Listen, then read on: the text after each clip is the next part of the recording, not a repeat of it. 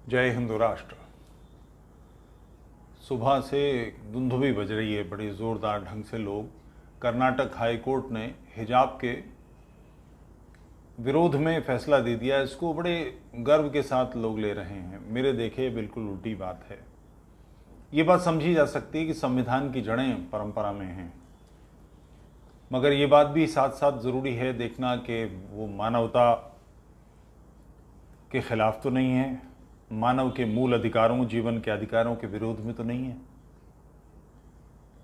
अगर ये कोर्ट में कोई साबित कर देता कि हिजाब इस्लाम के मूल अधिकारों का हिस्सा है, मूल इस्लाम का हिस्सा है, तो क्या हम भारत के 20 करोड़ में से आधे मुसलमान महिलाओं यानी 10 करोड़ महिलाओं को काली बंदगोभी बनाने के लिए तैयारी करते थे? ये निश्चित रूप से सोचने का विषय है। मैं कुछ चीज़ें, बल्कि सबसे पहले मैं हिंदू परंपरा की कुछ चीज़ें सुनाता हूँ आपको। मुझे पढ़ना पड़ेगा। ये पुस्तक है शम्स रहमान फारूकी की, बहुत मशहूर किताब है, कई चांद से सरे आसमां। इस्लामी काल उतर रहा है, मुग़ल ख़त्म हो रहे हैं और दिल्ली में अंग्रेज़ आ गए हैं। उनके समय का एक पूरा लेखा जोखा है, बड़ा विस्तार से। इस किताब को देखें तो जैसे विक्टोरिया पर जो फिल्म बनी है वो भी लजा जाए। मुग़ल बादशाह और मुग़लों के साथी और उनके ग़ुलाम और साधारण लोगों के कपड़ों का वर्णन शम्स रहमान फारूकी ने ऐसी लार टपकाती हुई भाषा में किया है कि हैरत होती है कि इन सब के प्रोडक्शन के लिए साधन कहाँ थे। शाह आलम के लिए कहा गया है, ये सल्तनत शाह आलम अज दिल्ली ता पालम, दिल्ली से पालम तक जिसकी सल्तनत है उसकी 5वीं पीढ़ी आ चुकी है, मगर उसके ग़ुलामों का जब वर्णन करते हैं तो कमखाब, अतलस, मखमल, फलाना और ये रत्न और ऐसे वैसे, बिल्कुल इस्लाम को और इस्लामी काल को ग्लोरीफाई करने की किताब है। बहरहाल उसमें ठगों का वर्णन है। ठगों के बारे में बता दूं आपको। पहले बड़े पैमाने पर यह हुआ था कि मध्य भारत के लोग जो काशी विश्वनाथ के दर्शन करने के लिए, मथुरा वृंदावन दर्शन करने के लिए हरिद्वार आते थे उत्तर भारत में, बड़े पैमाने पर गायब होने लगे। हज़ारों लोगों का कोई पता नहीं लगा और ये लंबे समय तक ये स्थिति इतनी बिगड़ गई थी कि कोई मालवा का आदमी या महाराष्ट्र का आदमी आता था तो एक तो समूह में निकलते थे और निकलने से पहले अपने परिवार के लोगों से, संबंधियों से विदा लेकर आते थे कि पता नहीं लौटे न लौटें। कुछ पता नहीं लग रहा था। स्लीमैन उस समय जबलपुर में तैनात था। उसको अंग्रेज़ों ने ये जिम्मेदारी दी और उसने मुखबिरों का जाल बिछाया और फिरंगिया नाम से एक मुखबिर उनका सरदार पकड़ लिया ठगों का, और उसने सारे विवरण दिए। सैकड़ों गिरोह थे। ध्यान रहे, ठग बेसिकली मुसलमान थे और लोगों को गले घोट घोट के मारते थे। तो उनके बारे में एक तुराब अली का किस्सा है, वो बयान करते हैं। मैं पढ़ के सुनाना चाहूँगा। ये पेज नंबर 530 पर है, हिंदी अनुवाद। महाकाली। ये उन दिनों की बात है जब देवी देवता, जिन्न, परी, देव और देवनियाँ, भूत और शैतान और असुर और राक्षस, मुर्दा, खूर और प्रेत इंसान की धरती पर आज़ाद घूमते थे और कभी कभी आम इंसानों को नजर भी आते थे। इन्हीं देवियों में एक देवी भवानी भी थी। धरती वालों पर एक कठिन वक्त ऐसा आया जब एक भारी भरकम प्रेत कहीं से पैदा होकर दुनिया के तमाम जानदारों पर हावी हो गया। इंसानों के पैदा होते वो उन्हें खा जाता। कुछ ही ज़माना गुजरा था कि दुनिया में इंसानों की गिनती कम होने लगी और जानवर बढ़ने लगे। जानवरों के बढ़ने से दूसरा खतरा पैदा हुआ कि इंसानों को प्रेत अलग खाएगा और दरिंदे उनका खून अलग बहाएंगे। थोड़ी मुद्दत में सुनसान जगह, फिर देहात, फिर बड़ी बस्तियां, फिर शहर, यहाँ तक कि राजाओं के महल भी शेर, बबर शेरों, गुलदारों, चीतों, भेड़ियों, सियाह गोशों, लकड़बग्घों और सियाहों से भर जाएंगे। लोगों ने फौजों और गिरोहों की शक्ल में प्रेत के कत्ल को निकलना शुरू किया कई जगह, लेकिन प्रेत को मारने की तमाम कोशिशें नाकाम हुई। वो कद में इतना बुलंद था कि गहरे से गहरा समंदर भी उसकी कमर तक न पहुंचता था। इंसान हो या हैवान, सभी उसके सामने आते ही खौफ से बेहोश हो जाते थे। वो प्रेत आसानी से उन्हें दबोच कर अपने मुंह में डाल लेता था। एक रिवायत यह है कि वो प्रेत नहीं, राक्षस था और उसका नाम रक्त बैज था। रक्त बीज को, ये एक ख़ास अदा है उर्दू के लोगों की, हिंदी के शब्दों को बिगाड़ कर बोलते हैं और उसके बाद कहते हैं कि हमारे साथ जैसे ब्राह्मण बोला जा सकता है, बिरहमन करेंगे। और ये कि आधा अक्षर नहीं होता, ऐसा बिल्कुल नहीं है, इस्लाम में सादा है, वो बोलेंगे, मगर जब क्लब बोलना होगा तो उसे क्लब बोला जाएगा, जानबूझ के स्टैंपिंग की जाएगी। जब सारे आलम में त्राही त्राही मच गई तो देवी भवानी, जिन्हें काली माँ और दुर्गा माता भी कहते थे, को धरती वालों पर रहम आई गया। उन्होंने अपनी हीरे जड़ी सुनहरी तलवार से राक्षस का सर कलम कर दिया, लेकिन सर कलम होने पर खून का फव्वारा छूटा और उसकी बूंदें जमीन पर गिरी तो हर कतरे से एक और प्रेत पैदा हुआ जो हूबहू असल प्रेत की तरह था। अब तो भवानी को गुस्सा आ गया, उन्होंने तलवार को दोनों हाथों में लेकर प्रेतों का सफाया शुरू कर दिया, लेकिन मरने वाले हर प्रेत के खून के हर कतरे से एक नया प्रेत फौरन पैदा हो जाता। सारा मैदान प्रेतों के शरीर और उनकी चिंगाड़ से भर गया। मारते मारते और काटते काटते भवानी माँ के हाथ निढाल हो गए और पसीने पसीने हो गईं।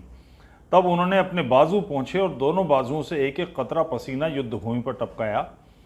पसीने की बूंदों का मिट्टी पर पड़ना ही था कि गुंधी हुई मिट्टी से दो सुरमा पैदा हुए।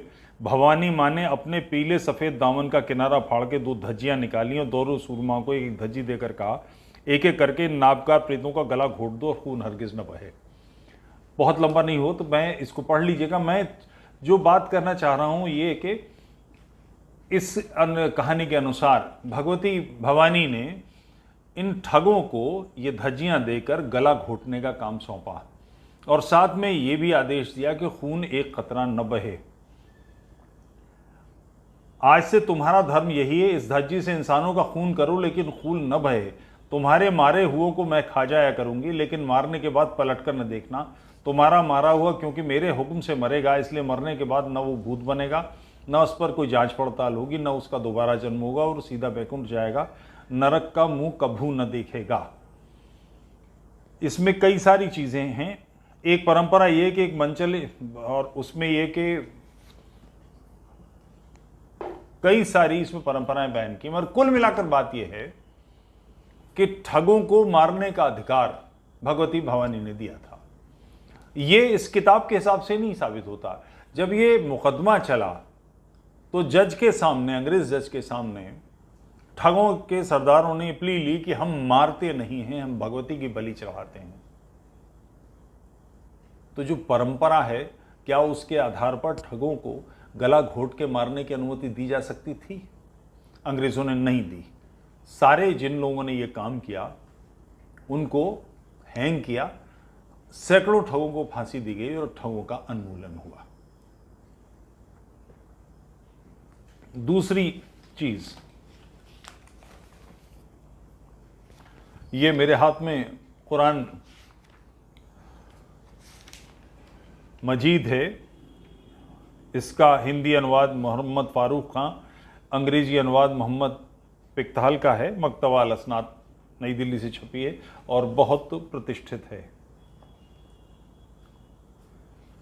सूरा अल बकरा 2 नंबर 191 आयत, और उनको जहां कहीं पाओ कत्ल करो और उन्हें निकालो जहां से उन्होंने तुम्हें निकाला, और फितना कत्ल से बढ़कर है।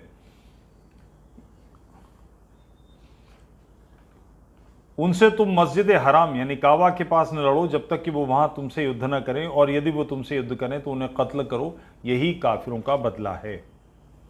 सूरा अल बकरा 2 नंबर का सूरा, उसकी 193 आयत है, और उनसे युद्ध करो यहां तक कि फितना शेष न रहे और दीन अल्लाह का हो जाए, और यदि ये बाज आ जाएं से मतलब कुफ्र छोड़ दें, शिर्क छोड़ दें और जजिया देने लगें, तो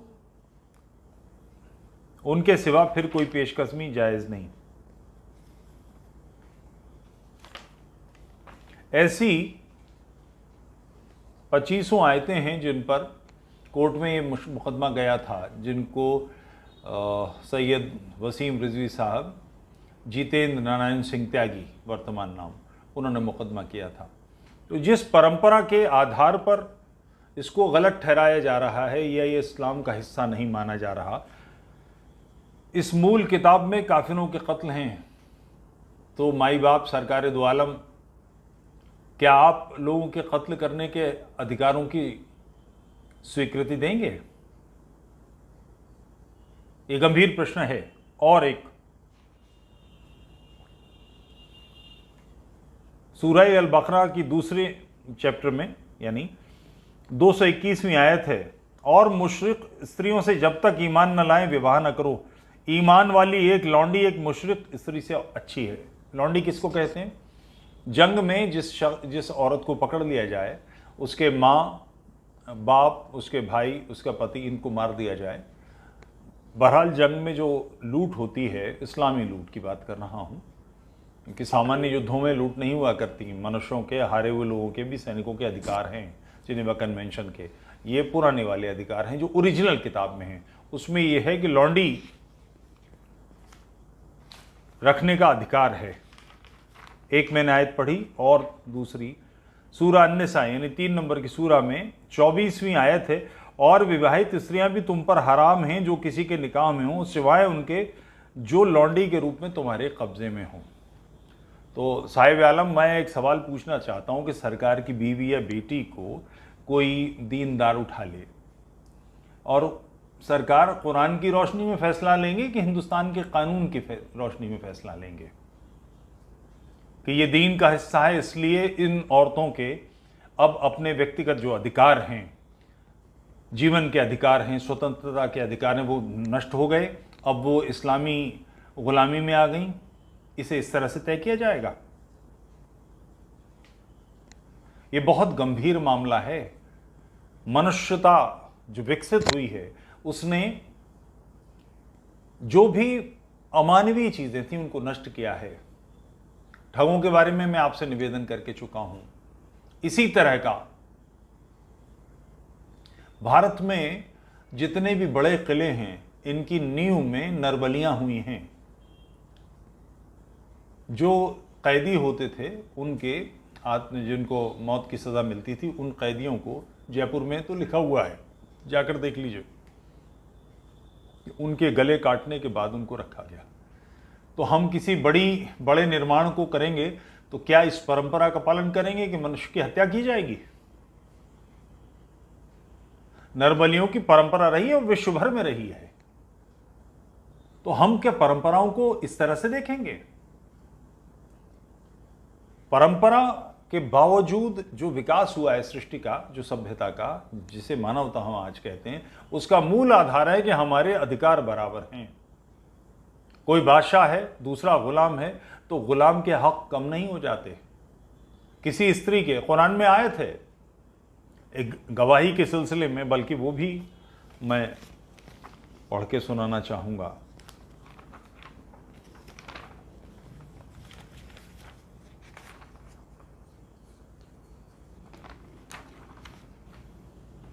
ये सूरा अल बकरा 2 नंबर का सूरा है, उसकी 282वीं आयत, बड़ी लंबी है, उसमें छोटा सा टुकड़ा पढ़ रहा हूं। और अपने पुरुषों में से 2 गवाहों की गवाही को लो, और यदि 2 पुरुष न हो तो, मूल गवाही का अधिकार भी नहीं है, अगर 2 पुरुष न हो तो 1 पुरुष और 2 स्त्रियां जिन्हें तुम गवाह होने के लिए पसंद करो, उनकी गवाही दिला दो। औरत नाक़िसुल अक्ल है हदीस के हवाले से, यानी जो बुद्धिहीन संरचना है, जिसकी गवाही मानी नहीं जाती, मानी नहीं जा सकती। इस सिलसिले में एक मैं आपसे निवेदन करता चलूँ, बहुत मशहूर वाक़या है ये। खलीफा हारून अल रशीद का दिल अपने महल की एक बांदी पर आया। जब वो खलीफा बने तो उन्होंने उसे अपने बेडरूम में बुलवाया, तो उसने आकर कहा कि मैं आपके वालिद के साथ, आपके पिता के साथ रह चुकी हूँ, मेरे सेक्सुअल रिलेशन उनके साथ रह चुके हैं, मेरा दर्जा आपकी माँ का है। खलीफा उसके इश्क में इतना गिरफ्तार था कि बीमार पड़ गया। वजीरों को पता लगा तो उन्होंने मुफ्ती से, जिसका काम है फतवे देना, उसको बुलवाया। उससे कहा कि ऐसा ऐसा ही मामला है। मुफ्ती ने कहा फतवा दे दूंगा, 1 लाख दीनार लूंगा। कल्पना करें कब का पीरियड है। खलीफा से कहा गया कि वो 1 लाख दीनार मान के फतवा दे देंगे। कहा ठीक है, बुलवा लो। मुफ्ती को बुलवाया गया। मुफ्ती से पूछा तो उसने कहा, उस बांदी को बुलाइए, लौंडी को बुलाइए। वो लौंडी बुलाई गई। उससे पूछा मुफ्ती ने कि जिस वक्त तुम इनके वालिद के साथ हम बिस्तर हुई, तुम इनके सेक्सुअल रिलेशन बने, उस वक्त का कोई गवाह है? तो खलीफा किसी लेडी के साथ बेडरूम में होगा तो किसी की मौत ही आई होगी, जो वहाँ पहुँचेगा गला नहीं कटवा देगा वो उसका? कोई गवाह नहीं था। तो उसने कहा कि आधी गवाही होती है औरत की, इसकी गवाही पूरी नहीं मानी जा सकती। तो इस्लाम की इस रिवायत की रोशनी में जो कुरान से आती है, उस औरत को जो खलीफा हारून अल रशीद की मां के दर्जे में थी, उसके साथ सेक्सुअल रिलेशन बनाने का रास्ता खुला। आप इस परंपरा का पालन करेंगे? हम स्वतंत्र रूप से वैश्विक स्तर पर ऐसी किसी भी चीज जो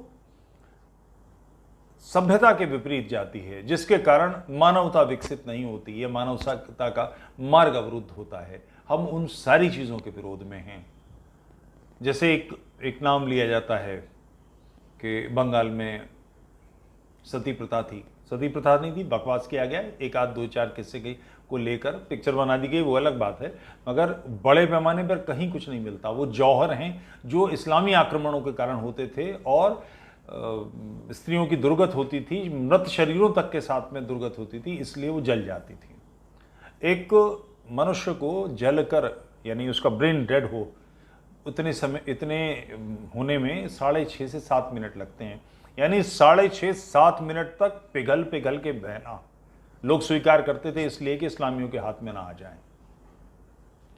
सती प्रथा बड़े पैमाने पर नहीं थी, मगर उसका हल निकला ना। आज कोई ये कहे स्त्री पुरुष और सती के नाम पर कि हमारा परंपरागत है, तो क्या इसकी स्वीकृति दी जाएगी? तो ये जो कसौटी है कि अगर कुरान में या हदीस में है या सीरा में है तो वो सही गलत तय इससे होगा, तो ये तो मदरसे की कसौटी है, हाई कोर्ट की कसौटी कैसे हो गई? हाई कोर्ट तो संविधान और उसका आधार, संविधान में भी एक सीमा तक ही परिवर्तन हो सकता है, बिल्कुल उथल पुथल नहीं की जा सकती। उसका आधार भी मनुष्यों के मानवाधिकार हैं, स्वतंत्र मानवाधिकार, उनके हिसाब से ही चीजें तय होंगी। ये तो मदरसा कहता है कि भाई मुफ्ती से फतवा ले लो, शेयर मार्केट में इन्वेस्ट करना ठीक है कि नहीं, बैंक में पैसे लेना, बैंक से को पैसे देना ठीक है कि नहीं, आपको फेसबुक पे जाना ठीक है कि नहीं, ये सारी बेहुदा बातें बेसिर की वो इसलिए होती हैं कि डूज और डोंट्स की कसौटी आपने इस्लामियों के हाथ में कर दी है। अब कोर्ट भी अपनी लगामन के हाथ में सौंप रहा है क्या? तो ये प्रसन्न होने का विषय बिल्कुल नहीं है। हिजाब पर निर्णय इस आधार पर होगा कि हमारे अपने समाज, क्योंकि 2011 के जो सेंसस था उसमें 14.76% इस्लामी थे, कुछ बढ़ गए होंगे, 15, 16, 17 हो गए होंगे, तो भी 20 करोड़ के आसपास तो होंगे।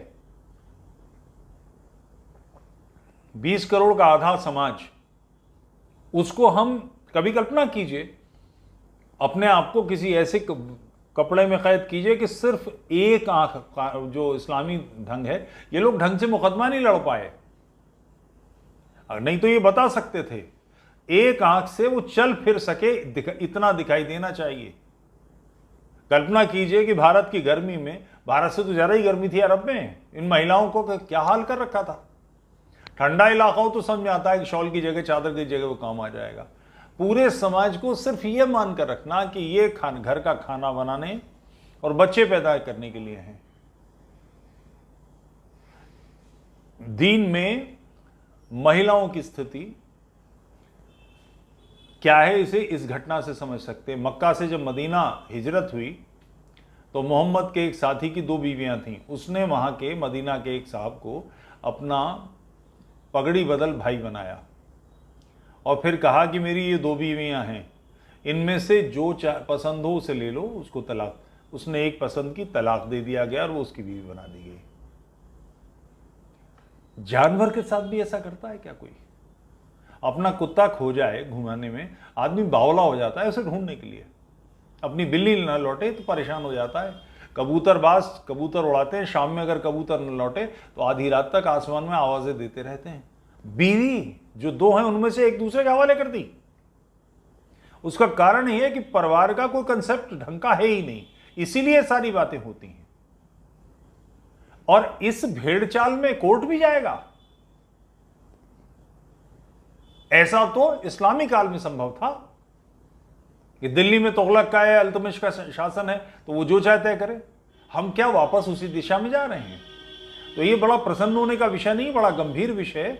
जिन लोगों ने इस मुकदमे को इस बेतुके आधार पर लड़ा है, उन लोगों को इस सावधानी से बरतनी चाहिए कि कभी ऐसा आ जाएगा कि जहां ये मिल जाए ऐसी बेतुकी बात, तो क्या हम मानवता के, मनुष्य के जो अधिकार हैं उनको नष्ट करने के लिए तैयार हैं। और यदि तैयार हैं तो कोर्ट को इसके साथ में यह आदेश देना चाहिए कि भारत के इस्लामी हर प्रकार के अधिकारों के लिए केवल जो शरिया व्यवस्था देता है उसी व्यवस्था में काम करें, उससे बाहर कोई उनके अधिकार नहीं है। भारतीय नागरिकता का कोई मतलब नहीं, शरिया जो उनको अधिकार देता है केवल वही अधिकार। यह नहीं हो सकता कि वो दोनों नाव में पैर रखेंगे, इसका भी आनंद लेंगे उसका भी आनंद लेंगे।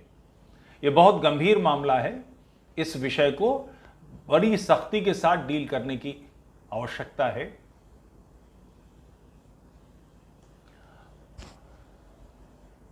जय हिंद राष्ट्र, यही बात मैंने कहनी थी।